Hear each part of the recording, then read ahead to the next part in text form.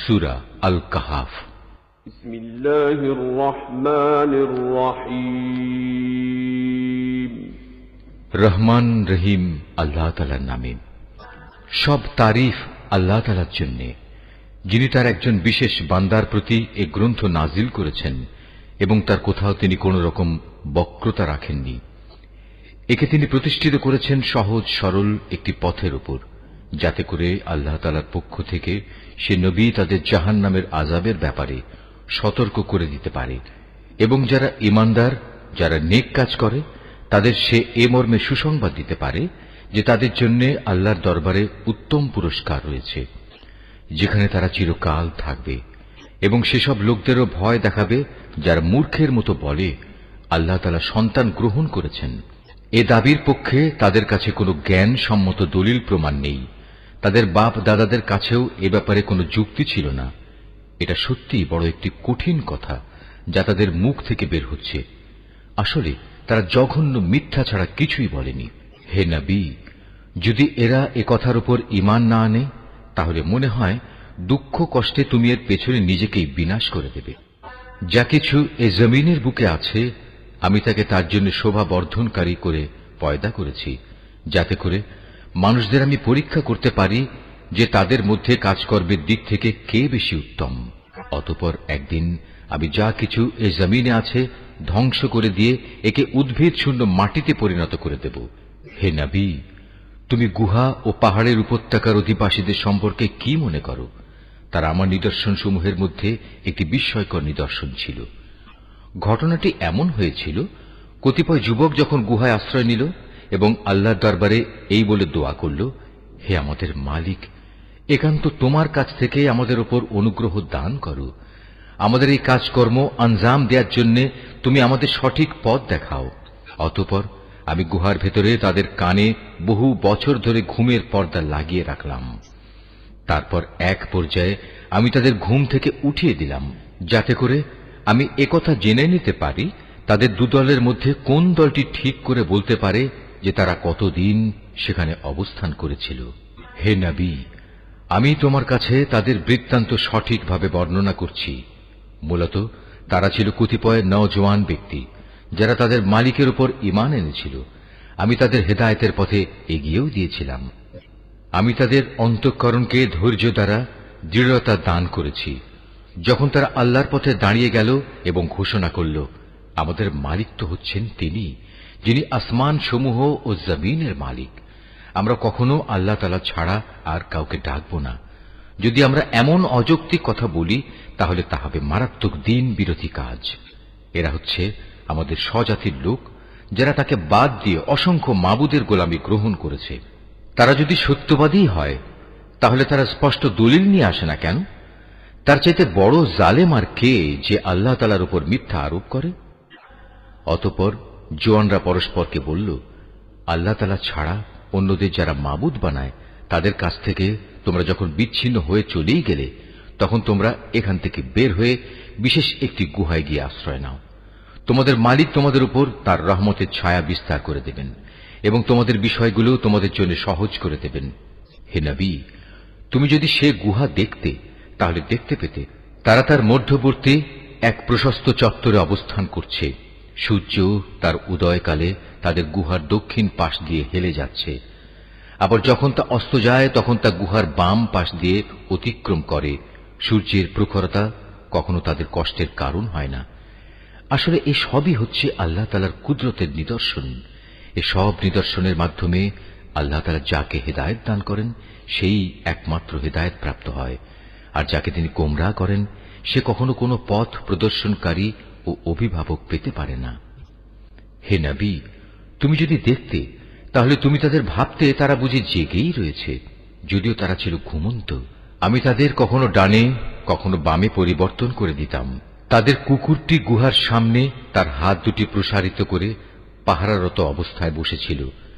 তুমি যদি তাদের দিকে সত্যি উঁকি মেরে দেখতে, তাহলে তুমি অবশ্যই তাদের কাছ থেকে পেছন ফিরে পালিয়ে যেতে এবং তাদের এ আজব দৃশ্য দেখে তুমি নিঃসন্দেহে ভয়ে আতঙ্কিত হয়ে যেতে। এভাবেই তাদের আমি ঘুম থেকে উঠিয়ে দিলাম, যাতে করে তারা তাদের অবস্থান সম্পর্কে নিজেরা পরস্পরে জিজ্ঞাসাবাদ করে। কথা প্রসঙ্গে তাদের মধ্যে থেকে এক ব্যক্তি বলল, বলতো তোমরা এই গুহায় কতকাল অবস্থান করেছ? তারা বলল, বড় জোর একদিন কিংবা তার চাইতেও কম সময়ে আমরা এখানে অবস্থান করেছি। অতঃপর যখন তারা একমত হতে পারল না, তখন তারা বলল, তোমাদের মালিকই একথা জানেন, তোমরা এ গুহায় কতকাল অবস্থান করেছ। এখন সে বিতর্ক রেখে বরং তোমরা তোমাদের একজনকে তোমাদের এ রৌপ্য মুদ্রা সহ শহরে পাঠাও। সে বাজারে গিয়ে দেখুক কোন খাবার উত্তম, সেখান থেকে কিছু খাবার তোমাদের কাছে নিয়ে আসুক। সে যেন বিচক্ষণতার সাথে কাজ করে এবং সে যেন কাউকেই তোমাদের ব্যাপারে কিছু জানতে না দেয়। যদি তারা তোমাদের সম্পর্কে জানতে পারে, তাহলে তারা তোমাদের প্রস্তরাঘাত করে হত্যা করবে, কিংবা তোমাদের জোর করে তারা তাদের দিনে ফিরিয়ে নেবে। আর একবার তেমনটি হলে কখনোই তোমরা মুক্তি পাবে না। আর এভাবেই আমি একদিন তাদের ব্যাপার শহরবাসীদের জানিয়ে দিলাম, যাতে করে তারা একথা জানতে পারে মৃতকে জীবন দেওয়ার ব্যাপারে আল্লাহ তাআলার ওয়াদা আসলেই সত্য, এবং কিয়ামতের আসার ব্যাপারেও কোন রকম সন্দেহ নেই। যখন তারা নিজেদের মধ্যে এ নিয়ে বিতর্ক করে যাচ্ছিল, তখন কিছু লোক বলল, তাদের সম্মানে তাদের উপর একটি স্মৃতিসৌধ নির্মাণ করে দাও। আসলে তোমাদের মালিকই তাদের সম্পর্কে সর্বাধিক খবর রাখেন। অপরদিকে যেসব মানুষ তাদের কর্তব্য কাজের উপর বেশি প্রভাবশালী ছিল, তারা বলল, স্মৃতিসৌধ বানানোর বদলে চলো আমরা তাদের উপর একটি মসজিদ বানিয়ে দেই। কিছু লোক বলে, গুহার অধিবাসীরা ছিল 3 জন, ওদের মধ্যে চতুর্থটি ছিল ওদের পাহারাদার কুকুর। আবার কিছু লোক বলে তারা ছিল 5 জন, তাদের ষষ্ঠটি ছিল ওদের কুকুর। আসলে অজানা অদেখা বিষয়সমূহের প্রতি এরা খামাখা অনুমান নিক্ষেপ করি এ সব কিছু বলছে।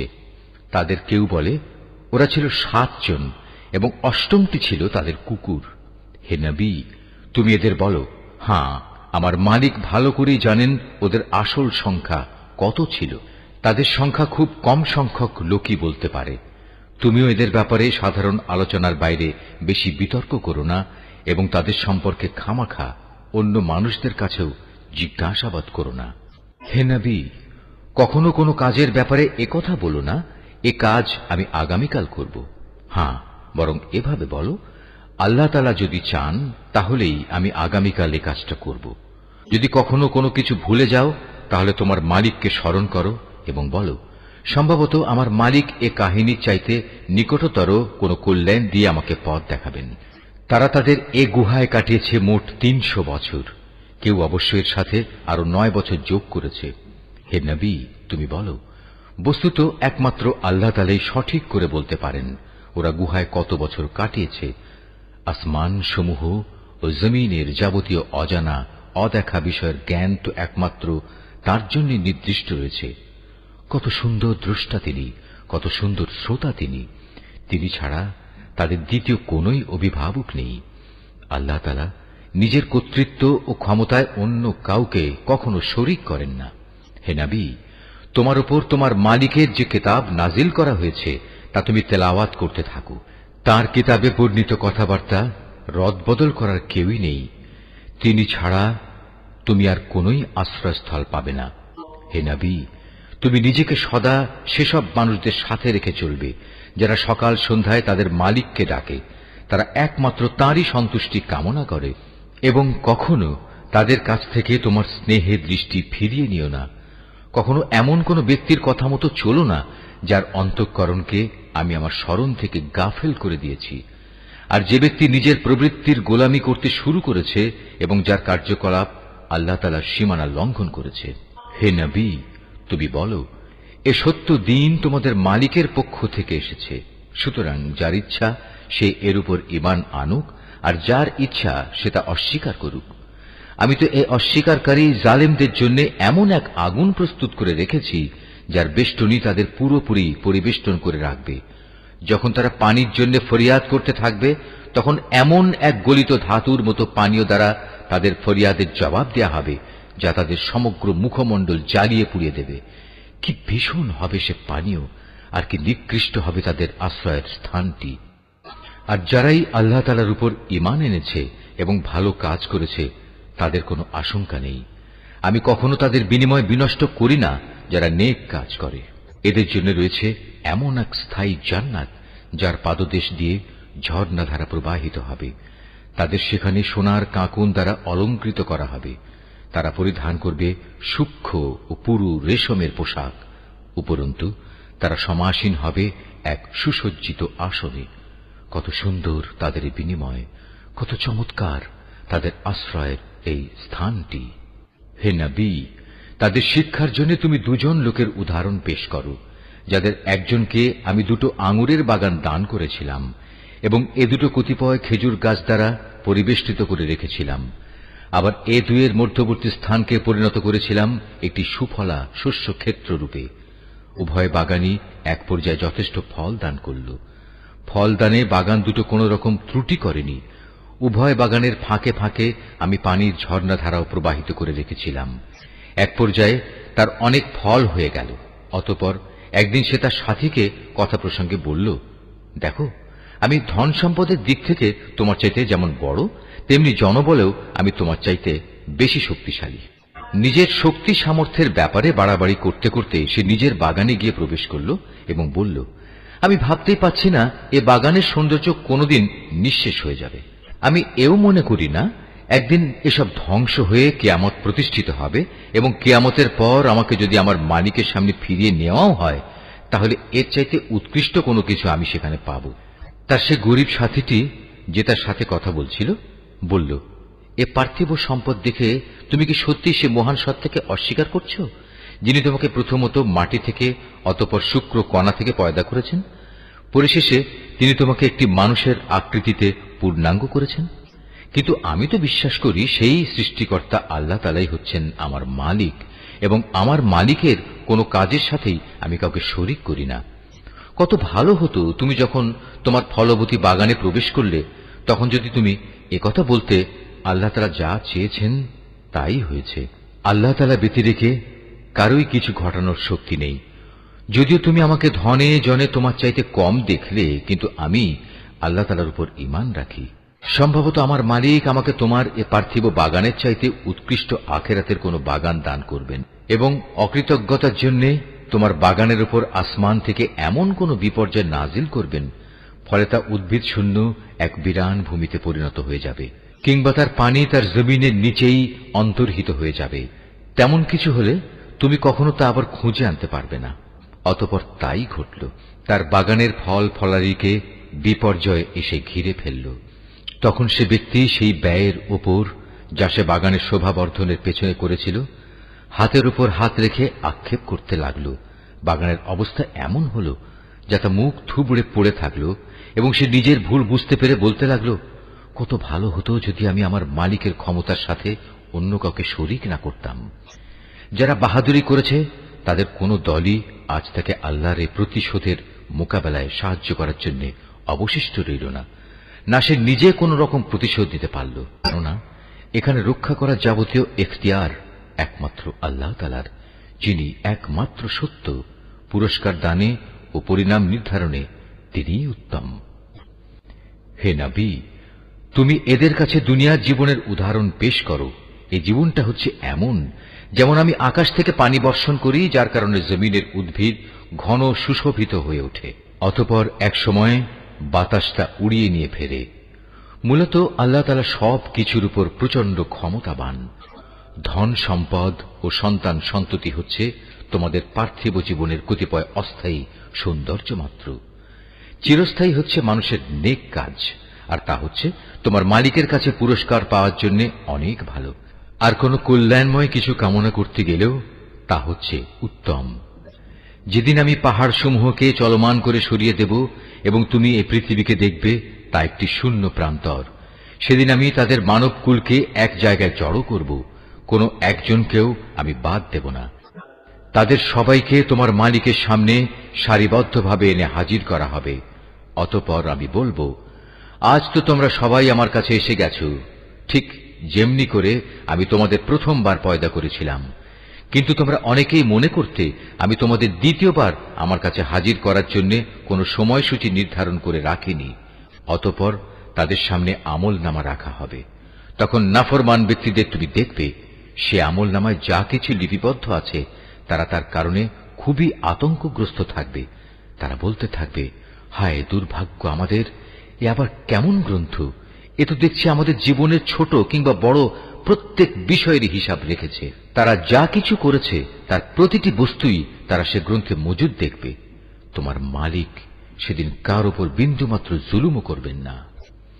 স্মরণ করো যখন আমি ফেরেশতাদের বলেছিলাম তোমরা সবাই আদমকে সাজদা করো, তখন তারা সবাই সাজদা করল, কিন্তু ইবলিস সাজদা করল না। সে ছিল আসলে জিনদেরই একজন। সে তার মালিকের আদেশের নাফরমানি করল। যে এত বড় নাফরমানি করল, তোমরা কি তাকে এবং তার বংশধরদের আমার বদলে তোমাদের অভিভাবক হিসেবে গ্রহণ করে চলেছ? অথচ প্রথম দিন থেকেই সে তোমাদের প্রকাশ্য দুশমন। চেয়ে দেখো জালেমদেরকে নিকৃষ্ট বিনিময় দেয়া হয়েছে। আকাশমণ্ডলী ও পৃথিবী সৃষ্টি করার সময় আমি তাদের কাউকে ডাকিনি, এমনকি স্বয়ং তাদের নিজেদের বানানোর সময়ও তো আমি তাদের ডাকিনি। আসলে আমি তো অক্ষম ছিলাম না যে তাদের পরামর্শ আমার দরকার। অন্যদের যারা গোমরাহ করে আমি তাদের সাহায্য গ্রহণ করি না। যেদিন তিনি এদের বলবেন তোমরা তাদের ডাকো যাদের তোমরা আমার শরীক মনে করতে, ওরা তাদের ডাকবে, কিন্তু তারা তাদের এ ডাকে কোনোই সাড়া দেবে না। আমি এদের উভয়ের মাঝখানে এক মরণ ফাঁদ রেখে দেব।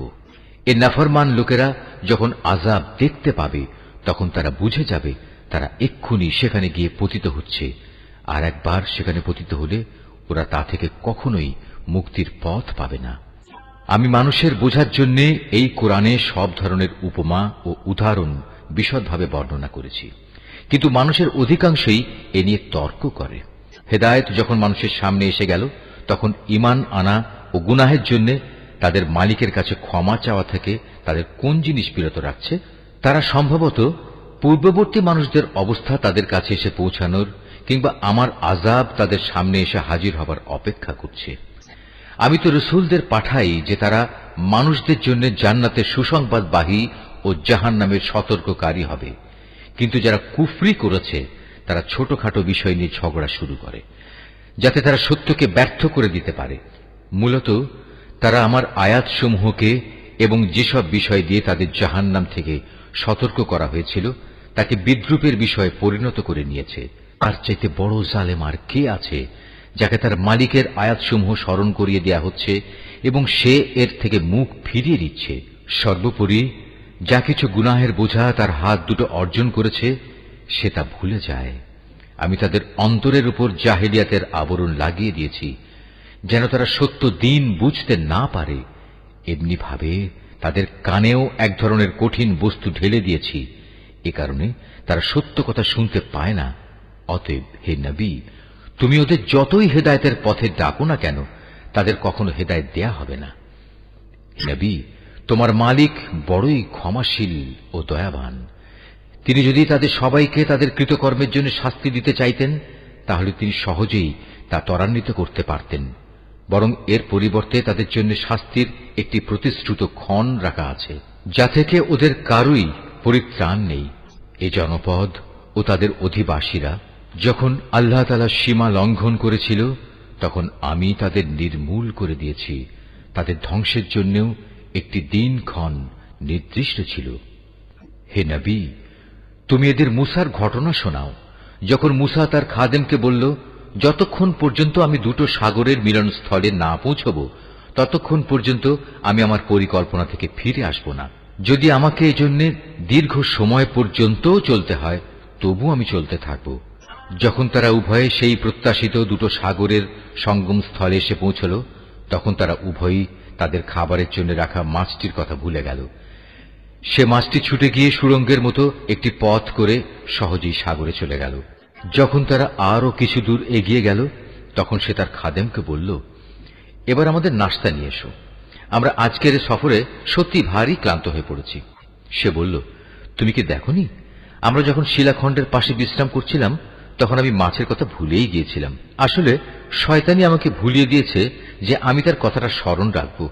আর সে মাছটিও কি আশ্চর্যজনক পদ্ধতিতে নিজের পথ ধরে সাগরের দিকে নেমে গেল। সে বলল, হ্যাঁ, এই তো হচ্ছে সেই জায়গা যে স্থানটির আমরা সন্ধান করছিলাম। মাছটি চলে যাওয়ার জায়গাই হচ্ছে সাগরের মিলনস্থল। অতঃপর তারা নিজেদের পথের চিহ্ন ধরে ফিরে চলল। এরপর তারা সেখানে পৌঁছলে আমার বান্দাদের মাঝ থেকে একজন পুণ্যবান বান্দাকে সেখানে পেল, যাকে আমি আমার অনুগ্রহ দান করেছি। উপরন্তু তাকে আমি আমার কাছ থেকে বিশেষ জ্ঞান দান করেছিলাম। মূসা তাকে বলল, আমি কি তোমার অনুসরণ করতে পারি, যাতে করে আল্লাহ তাআলার কাছ থেকে যে জ্ঞান তোমাকে শেখানো হয়েছে তার কিছু অংশ তুমি আমাকে শেখাতে পারো? সে বলল, হ্যাঁ পারো, তবে আমার সাথে থেকে তা তুমি কখনো ধৈর্য ধারণ করতে পারবে না। অবশ্য এটাও ঠিক, যে বিষয়ে তোমার জ্ঞান সীমার বাইরে তার উপর তুমি ধৈর্য ধরবি বা কি করে? সে বলল, আল্লাহ তাআলা যদি চান তাহলে তুমি আমাকে ধৈর্যশীল হিসেবেই পাবে, আমি তোমার কোনো আদেশেরই বরখেলাপ করব না। সে বলল, আচ্ছা, যদি তুমি আমাকে অনুসরণ করোই তাহলে কোনো বিষয় নিয়ে আমাকে কিছু জিজ্ঞেস করবে না, যতক্ষণ না সে কথা আমি নিজেই তোমাকে বলে দেব। তারপর তারা দুজন পথ চলতে শুরু করল। নদীর পাড়ে এসে উভয়ই একটি নৌকায় আরোহণ করল। নৌকায় উঠেই সে তাতে ছিদ্র করে দিল। সে বলল, তুমি কি এজন্য তাতে ছিদ্র করে দিলে যেন এর আরোহীদের তুমি ডুবিয়ে দিতে পারো? তুমি সত্যিই এক গুরুতর অন্যায় কাজ করেছ। মূসার কথা শুনে সে বলল, আমি কি তোমাকে একথা বলিনি আমার সাথে থেকে তুমি কখনো ধৈর্য ধারণ করতে পারবে না? সে বলল, আমি যে ভুল করেছি সে ব্যাপারে তুমি আমাকে পাকড়াও করো না, এবং এ ব্যাপারে আমার উপর বেশি কঠোরতাও আরোপ করো না। আবার তারা পথ চলতে শুরু করল। কিছুদূর গিয়ে তারা উভয়ে একটি কিশোর বালক পেল। সাথে সাথে সে তাকে হত্যা করে ফেলল।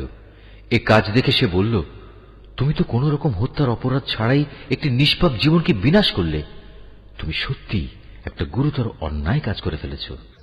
সে বলল, আমি কি তোমাকে একথা বলিনি যে তুমি আমার সাথে থেকে ধৈর্য ধরতে পারবে না?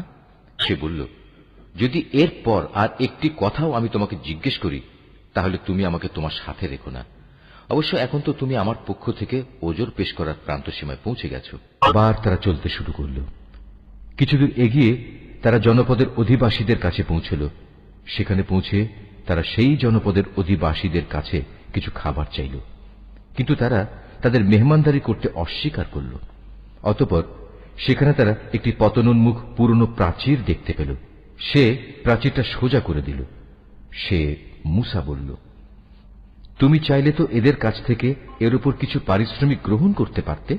সে বলল, বেশ, এখানেই তোমার আমার মধ্যে বিচ্ছেদ হয়ে গেল, কিন্তু তার আগে যেসব কথার ব্যাপারে তুমি আমার সাথে ধৈর্য ধরে থাকতে পারোনি তার ব্যাখ্যা আমি তোমাকে বলে দিতে চাই। প্রথম ঘটনাটি হচ্ছে নৌকা সম্পর্কিত। মূলত তা ছিল কয়েকজন গরিব মানুষের মালিকানাধীন। তারা এটা দিয়ে সমুদ্রে জীবিকা অন্বেষণের কাজ করত, কিন্তু আমি নৌকাটিতে একটা ছিদ্র করে তাকে ত্রুটিযুক্ত করে দিতে চাইলাম, কারণ তাদের সামনেই ছিল এমন এক বাদশা যে ত্রুটিবিহীন যে নৌকাই পেত তা বল প্রয়োগে ছিনিয়ে নিত। আর হ্যাঁ, সে কিশোরটির ঘটনা। তার পিতামাতা উভয় ছিল মোমেন। আমি আশঙ্কা করলাম বড় হয়ে সে এদের দুজনকেই আল্লাহর নাফরমানি ও কুফর দ্বারা বিভ্রান্ত করে দেবে।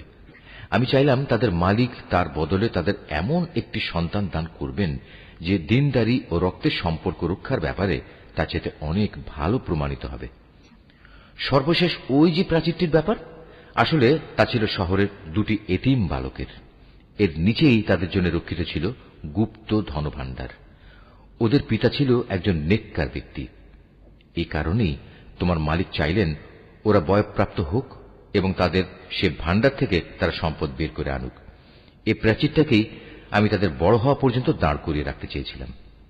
এ ছিল মূলত তোমার মালিকের অনুগ্রহ দ্বারা সম্পাদিত কতিপয় কাজ। এর কোনোটাই কিন্তু আমি আমার নিজে থেকে করিনি। আর এ হচ্ছে সেসব কাজের ব্যাখ্যা যে ব্যাপারে তুমি আমার সাথে থেকে ধৈর্য ধারণ করতে পারছিলে না। হে নবী, এরা তোমার কাছে জুলকারনাইন সম্পর্কে জানতে চায়। তুমি তাদের বলো, হ্যাঁ, আমি আল্লাহর কিতাব থেকে তার বিবরণ তোমাদের কাছে এক্ষুনি পড়ে শোনাচ্ছি। আল্লাহ তাআলা বলছেন, আমি জমিনের বুকে তাকে বিপুল রাজনৈতিক ক্ষমতা দান করেছিলাম এবং আমি তাকে এর জন্য প্রয়োজনীয় সব উপায় উপকরণও দান করেছিলাম। একবার সে সফরে বেরোবার প্রস্তুতি গ্রহণ করতে লাগল। চলতে চলতে এমনিভাবে সে সূর্যের অস্তগমনের জায়গায় গিয়ে পৌঁছল। সেখানে গিয়ে সে সূর্যকে সাগরের কালো পানিতে ডুবতে দেখল। তার পাশে সে একটি জাতিকেও বাস করতে দেখল। আমি বললাম, হে জুলকারনাইন, এরা তোমার অধীনস্থ। তুমি ইচ্ছে করলে তাদের শাস্তি দিতে পারো অথবা তাদের সাথে তুমি সদয় ভাব গ্রহণ করতে পারো। সে বলল, হ্যাঁ, এদের মাঝে যে আল্লাহর সাথে বিদ্রোহ করবে তাকে আমি অবশ্যই শাস্তি দেব। অতঃপর তাকে যখন তার মালিকের সামনে ফিরিয়ে নেওয়া হবে তখন তিনি তাকে আরো কঠিন শাস্তি দেবেন। অপরদিকে যে ব্যক্তি আল্লাহর উপর ঈমান আনে এবং নেক কাজ করে তার জন্য আখিরাতে থাকবে উত্তম পুরস্কার। আর আমিও তার সাথে আমার কাজকর্ম সম্পাদনের সময় একান্ত বিনম্র ব্যবহার করব। অতঃপর সে আর এক অভিযানে পথে বেরোল। এমনকি চলতে চলতে সে সূর্যোদয়ের স্থানে গিয়ে পৌঁছল। তখন সে সূর্যকে এমন একটি জাতির উপর দিয়ে উদয় হতে দেখল যাদের জন্য তার প্রখর তাপ থেকে আত্মরক্ষার জন্য আমি কোনো অন্তরাল সৃষ্টি করে রাখিনি। জুলকারনাইনের ঘটনা ছিল এরকমই। আমার কাছে সে সম্পর্কিত পুরোপুরি খবরই মজুদ আছে। অতঃপর সে আর এক অভিযানে পথে বেরোল। এমনকি পথ চলতে চলতে সে দুটো প্রাচীরের মধ্যবর্তী স্থানে গিয়ে পৌঁছল। দুই পর্বতের মধ্যবর্তী স্থানে পৌঁছে সে এমন এক সম্প্রদায়ের লোকদের পেল যারা জুলকারনাইনের কোনো কথাই তেমন বুঝতে পারছিল বলে মনে হল না। তারা অতি কষ্টে তাকে বলল, হে বাদশাহ জুলকারনাইন, অবশ্যই ইয়াজুজ মাজুজ নামক দুটো সম্প্রদায় এই জমিনে নানা রকম বিপর্যয় সৃষ্টিকারী। এমতাবস্থায় তাদের থেকে বাঁচার জন্য আমরা কি তোমাকে এ শর্তে কোন রকম একটা কর দেব যে তুমি আমাদের এবং তাদের মাঝে একটি প্রাচীর বানিয়ে দেবে? সে বলল, কোনো কর নেওয়ার প্রয়োজন নেই, কেননা আমার মালিক আমাকে যা কিছু দিয়ে রেখেছেন তাই আমার জন্য ভালো। হ্যাঁ, শারীরিক শক্তি দ্বারা তোমরা আমাকে সাহায্য করতে পারো। আমি তোমাদের এবং তাদের মাঝে এক মজবুত প্রাচীর বানিয়ে দেব। তোমরা আমার কাছে এ কাজের জন্য লোহার পাতসমূহ নিয়ে এসো। অতঃপর সে অনুযায়ী তা আনা হল এবং প্রাচীর তৈরির কাজও শুরু হল। যখন মধ্যবর্তী ফাঁকা স্থানটি পূর্ণ হয়ে লৌহ স্তূপগুলো দুটো পর্বতে সমান হয়ে গেল তখন সে তাদের লক্ষ্য করে বলল, তোমরা হাঁপড়ে দম দিতে থাকো। অতঃপর যখন তা আগুনের মতো উত্তপ্ত হল তখন সে বলল, এখন তোমরা আমার কাছে কিছু গলানো তামা নিয়ে এসো, আমি তা এর ওপর ঢেলে দেব। সুতরাং এভাবেই এমন একটি মজবুত প্রাচীর তৈরি হয়ে গেল যে তারা তার উপর উঠতে সক্ষম হল না, না তারা তা ভেদ করে বাইরে আসতে পারল। জুলকারনাইন বলল, এই যা কিছু হয়েছে তা সবই আমার মালিকের অনুগ্রহে হয়েছে, কিন্তু যখন আমার মালিকের ওয়াদা মতো কিয়ামত আসবে তখন তিনি তা চূর্ণ বিচূর্ণ করে একাকার করে দেবেন। আর আমার মালিকের ওয়াদা হচ্ছে সত্য ওয়াদা। কিয়ামতের আগে আমি তাদের দলে দলে ছেড়ে দেব। তারা সমুদ্রের ঢেউয়ের আকারে একদল আরেক দলের মধ্যে প্রবিষ্ট হবে। যখন সিঙায় ফুৎকার দেয়া হবে তখন তাদের সবাইকে আমি হাসরের ময়দানে একত্রিত করব। সেদিন আমি জাহান্নামকে তার অবিশ্বাসীদের সামনে এনে হাজির করব, যাদের চোখের মধ্যে আমার স্মরণ থেকে আবরণ পড়েছিল, তারা হেদায়েতের কথাই শুনতে পেত না। কাফেররা কি একথা মনে করে নিয়েছে যে তারা আমার বদলে আমারই কতিপয় গোলামকে অভিভাবক বানিয়ে নেবে, আর আমি এ ব্যাপারে তাদের কোনো জিজ্ঞাসাবাদই করব না? আমি তো জাহান্নামকে কাফেরদের মেহমানদারির জন্য সাজিয়ে রেখেছি। হে নবী, এদের তুমি বলো, আমি কি তোমাদের এমন লোকদের কথা বলবো যারা আমলের দিক থেকে সম্পূর্ণ ক্ষতিগ্রস্ত হয়ে পড়েছে? এরা হচ্ছে সেসব লোক যাদের সমুদয় প্রচেষ্টা এই দুনিয়ায় বিনষ্ট হয়ে গেছে, অথচ তারা মনে মনে ভাবছে তারা বুঝি ভালো কাজই করে যাচ্ছে। এরাই হচ্ছে সেসব লোক যারা তাদের মালিকের আয়াতসমূহকে অস্বীকার করে এবং অস্বীকার করে তার সাথে ওদের সাক্ষাতের বিষয়টিও। এর ফলে ওদের সব কর্মই নিষ্ফল হয়ে যায়। তাই কিয়ামতের দিন আমি তাদের জন্য ওজনের কোন মানদণ্ড স্থাপন করব না। এটাই জাহান্নাম, এটাই হলো তাদের যথার্থ পাওনা, কেননা তারা স্বয়ং স্রষ্টাকেই অস্বীকার করেছে। উপরন্তু তারা আমার আয়াতসমূহ ও তার বাহক রসুলদের বিদ্রুপের বিষয় হিসেবে গ্রহণ করেছে। অপরদিকে যারা আল্লাহ তাআলার উপর ঈমান এনেছে এবং সে অনুযায়ী নেক আমল করেছে তাদের মেহমানদারির জন্য জান্নাতুল ফিরদাউস সাজানো রয়েছে। সেখানে তারা চিরদিন থাকবে। সেদিন তারা সেখান থেকে অন্য কোথাও যেতে চাইবে না। হে নবী, তুমি এদের বলো, আমার মালিকের প্রশংসার কথাগুলো লিপিবদ্ধ করার জন্য যদি সমুদ্র কালি হয়ে যায় তাহলে আমার মালিকের জ্ঞানের কথা লেখা শেষ হওয়ার আগেই সমুদ্র শুকিয়ে যাবে। এমনকি যদি আমি তার মতো আরো সমুদ্রকে লেখার কালি করে সাহায্য করার জন্য নিয়ে আসি তবু। হে নবী, তুমি এদের বলো, আমি তো তোমাদের মতোই একজন রক্ত মাংসের মানুষ, তবে আমার উপর ওহী নাজিল হয়, আর সে ওহীর মূল কথা হচ্ছে তোমাদের মাবুদ হচ্ছেন একজন। অতএব তোমাদের মাঝে যদি কেউ তার মালিকের সাক্ষাৎ কামনা করে সে যেন হামেশা নেক আমল করে, সে যেন কখনো তার মালিকের ইবাদতে অন্য কাউকে শরীক না করে।